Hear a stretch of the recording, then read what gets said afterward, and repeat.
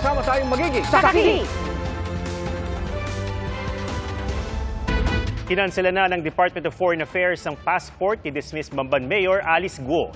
Ayon sa abogado ni Guo, tuloy ang paghahain nito ng Certificate of Candidacy sa eleksyon 2025. Pero sabi ng DOJ, pinag-aaralan nilang harangin ito. Saksi, si Salima Refran. Sabi po nila spy ako. Pilipinas, Pilipino po ako, hindi po ako spy. Okay, relax lang. Relax ka lang.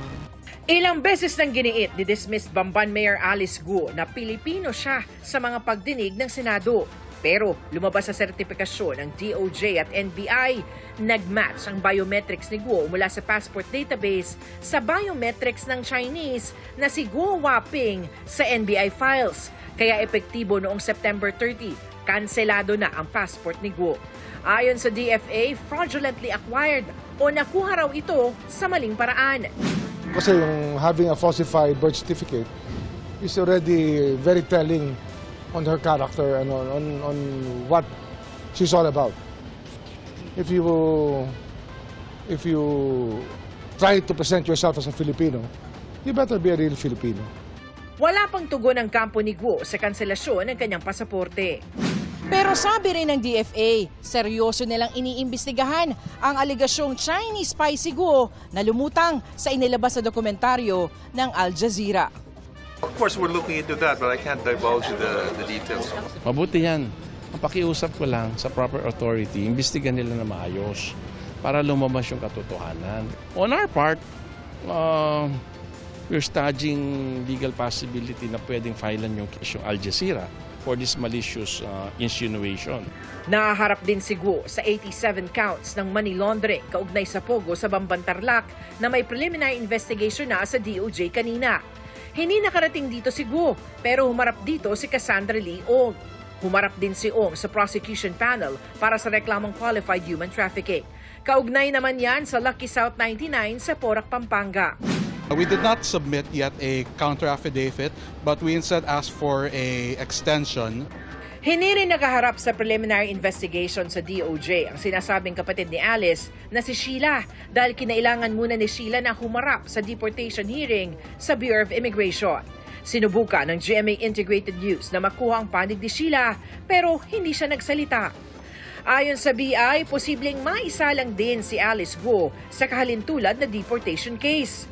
Pero sakaling mapatunayang may sala sa isang local case dito sa Pilipinas, kinakailangan munang pagdusahan ang ipapataw na parusa ng korte bago maipatupad ang deportation.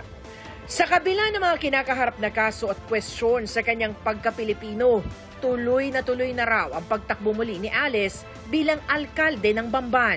Wala namang decisions ng courts as of now na hindi siya Pilipino. Kung sakali, posibleng makaharap ni Guo sina incumbent councilor at ngayon tinalagang acting mayor Erano Timbang, Tarlac ex-officio board member at barangay Anupol chairman Jose Joey Salting Jr. at dating Bamban Mayor Jose Antonio Feliciano. Katandem ni Feliciano si suspended Bamban Vice Mayor Leonardo Ding Anunciacion na tatakbo para sa kanyang re-election. Kandidato rin ang dating councilor na si Rodolfo Rudy Escoto. Sabi rin ni Solicitor General Menardo Guevara, pwede pa rin magsumite ng COC si Guo dahil pending pa ang mga kaso laban sa kanya. Kaya ang COMELEC, sinabing tatanggapin nila ito. Ang DOJ, pinag-aaralang harangin ang kandidatura ni Guo. Well, I wouldn't say it's her right. But she can try, but I wouldn't say it's her right. Because she's not Filipino and she bears falsified documents. Para sa GMA Integrated News, Salima Refran, ang inyong saksi. May hiling ang mga taga-Batanes kay Pangulong Bongbong Marcos ngayong marami sa mga bahay nila ang nawasak dahil sa bagyong Julian. Kaninang hapon, inulan na naman ang ilang lugar kabilang ang Metro Manila. Saksi si Joseph Moro. Walang bagyo pero biglang buhos ang malakas na ulan sa Metro Manila kanina. Halos zero visibility sa EDSA Southtown, Tacubao, Quezon City. Ang resulta, baha, gaya sa bahaging parte ng Mother Ignacia Avenue. Gayon din sa Timog Avenue. Abot hanggang EDSA Guadalupe ang ulan kaya ingat sa pagbiyahe ang mga motorista. Bumagal din ang trapiko sa Quezon Boulevard, Maynila dahil sa ulan. Thunderstorm ang nagdulot ng malakas na ulan batay sa dalawang advisory ng Pag-asa nitong tanghali. Patuloy naman ang pagbangon ng ilang lugar sa norte na hinambalos ng bagyong Julian.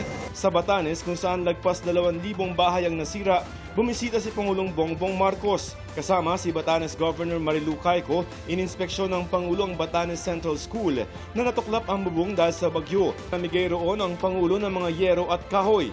Sa October 6, asahan daw na may darating pang barko karga ang mga supply.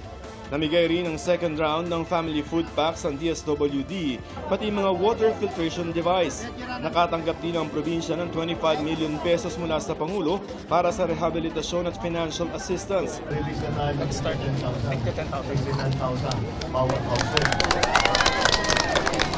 Pinuntagan ng Speaker of the House ng 15 million ang release para sa tulong. Ang Office of the President naman ay magre-release kami ng 25 million para sa iyo. Sa kanyang pagbisita dito sa Basco, Batanes, binigyan diin ni Pangulong Marcos ang pangangailangan na matulungan ang mga residente ng Batanes na maipagawa ulit ang kanilang mga nasirang bahay dahil sa bagyong Julian. Sa pulong ng Pangulo kasama ang mga opisyal ng lalawigan, humiling si Governor Cayco ng moratorium o paghinto muna sa pagbabawal sa kanilang manguha ng mga bato at buhangin bunsod ng kanilang pagiging protected area. Hanggang kailan pa po kaya kami magtitiis dahil sa napaka-restrictive na batas na ito? Bagamat maganda ang intensyon ng batas na ito. Palagay ko mas madali yung quarry, mas mahirap yung pagputol ng kahoy. Dahil bawal talaga magputol ng kahoy. Anyway, we understand already the problem that you're facing. Pinilay rin ng bagyo ang infrastruktura at agrikultura sa Ilocos Norte, ang home province ng Pangulo na nasa state of calamity ngayon. Nagpunta rin doon ang Pangulo. Sa aerial inspection, sinuri niya ang lawak ng pinsala. Sa baba na mahagi siya ng financial assistance at relief goods sa 800 recipients ng Ayuda sa Kapos ang Kita program. Nakatanggap din ang provincial government ng 100 million pesos na financial assistance mula sa Office of the President. Bukod dyan, magpapagawa rin daw ng bagong dike ang Pangulo. Para sa GMA Integrated News, Joseph Morong ang inyong saksi.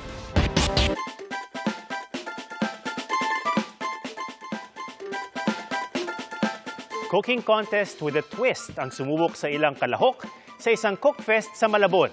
Sa mismong kompetisyon lang kasi nila nalaman kung ano ang main ingredient ng kanilang ihahain.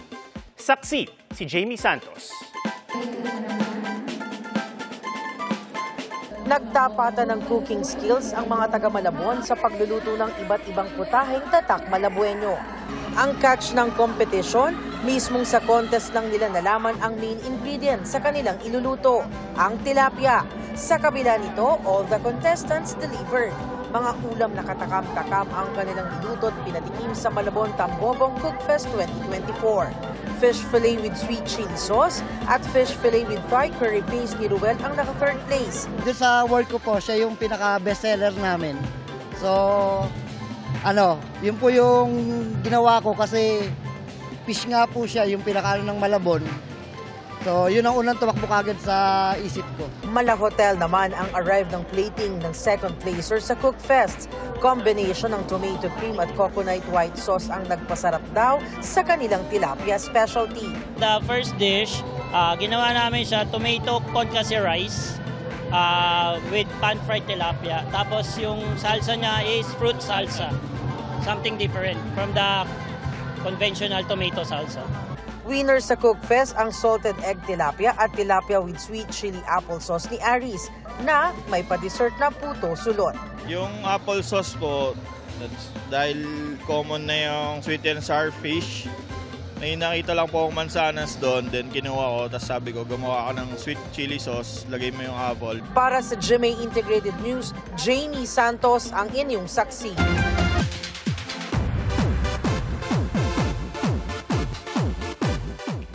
Kilig ang hatid ng short beach vacation ni Kylene Alcantara at Kobe Paras. Mas naging meaningful pa ito lalo't kasama nila ang mga taong malapit sa kanila. Sweet na sweet ang dalawa at may pa-holding hands pa habang naglalakad sa pool. Ayon kay Kobe, naging mas espesyal ang trip na ito dahil kasama niya si Kylene. Pero nang tanungin kung ano nga ba ang real scores sa pagitan ng dalawa, pabiro silang sumagot. Sabi ni Kylene, 3 points. At muna yung ginit na what you see is what you get. Sabi naman ni Kobe, we're just friends. Pagkatapos ng bakasyon, balik taping na si Kylene para sa Shining Inheritance.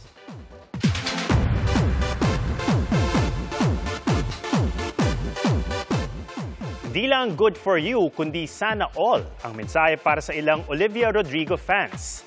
Nakasalubong kasi nila ang Philampop superstar. Spotted na namamasyal si Olivia sa Intramuros sa Maynila. At ang uploader na si KD, maswerteng nakapag-selfie kasama siya. Ang tour guide namang si Steven nakita si Olivia habang nagbibisikleta. Hindi man daw siya nakascore ng ticket sa Guts World Tour concert tomorrow, may group picture naman sila kasama ang idolo.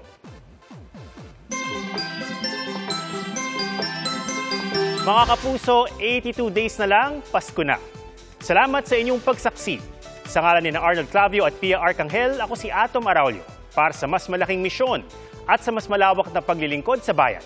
Mula sa GMA Integrated News, ang News Authority ng Filipino, hanggang sa Lunes. Sama-sama tayong magiging saksi.